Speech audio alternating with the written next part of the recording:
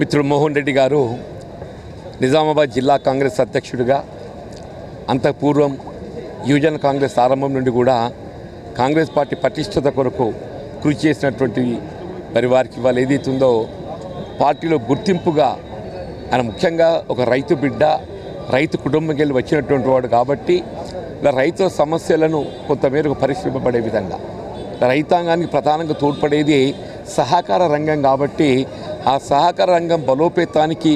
వారి యొక్క అనుభవం ఆయన గతం లోపల కోఆపరేటివ్ అధ్యక్షుడు పనిచేసిండు వారి యొక్క అనుభవాన్ని జోడించి రైతాంగానికి అండగా నిలబడే విధంగా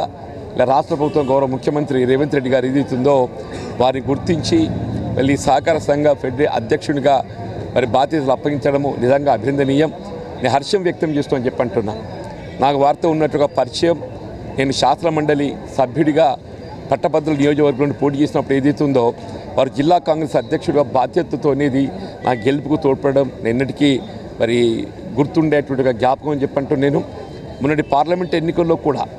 వాస్తవంగా నేను ఆశీర్వ ఫలితం పొందలేకపోయినప్పటికీ వారి జిల్లా కాంగ్రెస్ అధ్యక్షుడిగా వీళ్ళ నిజామాబాద్ జిల్లాకు చెందినటువంటి 5 శాసనసభ నియోజకవర్గాలకు తోడు జగిత్యాల జిల్లాకు చెందిన 2 నియోజకవర్గాలు కూడా చెప్పంటారు. నేను మొత్తం పార్లమెంట్ నియోజకవర్గాన్ని సమన్వయం చేయటం లోపల అటు నాయకత్వాన్ని కానీ ఇటు కార్యకర్తలు కానీ అందరినీ సమన్వయం చేసి ముందుకు తీసుకుపోవడం జరిగింది. మరి వీళ్ళ పార్టీలో వాస్తవంగా శాసనసభ్యుడిగా పోటీ చేసేటువంటి ఒక అవకాశం లభించకున్నా కానీ వారికి ఏదైతుందో వారి సేవలను ప్రజాక్షేత్రం లోపల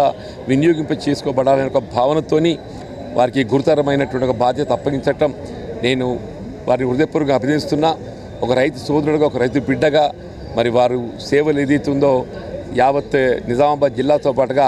యావత్ తెలంగాణ రాష్ట్రానికి ఉపయోగపడాలని చెప్పని నేను కోరుతూ ఆ భగవంతుడు ఏదైతుందో వారు చేపట్టినటువంటి పదవి మరి ఏదైతే ఒక ఆరంభ సూచకంగా భవిష్యత్తులో మరిన్ని పదవులు వారు